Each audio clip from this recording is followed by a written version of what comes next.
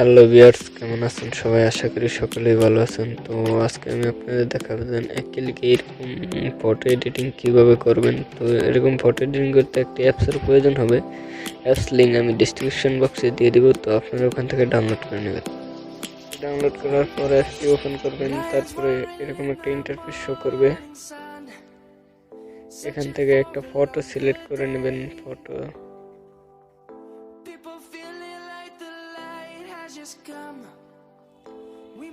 Load নেবে, তারপর simply ফটোটাকে size select করে ওকেতে ক্লিক করে দিবেন।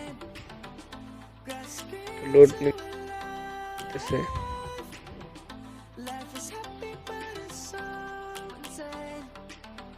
দেখেন যে অটোমেটিকলি হয়ে গেছে ফটোটা। তো এখানে ক্লিক করবেন, এখানে ক্লিক করার পরে নিচে দেখবেন যে অনেকগুলো অপশন আছে।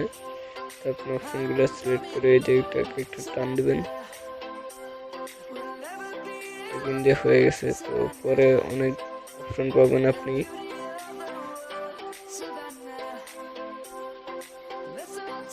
নিচে অনেকগুলো অপশন আছে, এই যে এখান থেকে এটাকে সিলেক্ট করবেন।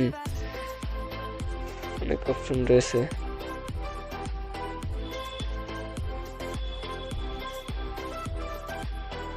এখান থেকে আপনি সিলেক্ট করবেন, একটা পর একটা সিলেক্ট করবেন যেটা আপনার ভালো লাগে।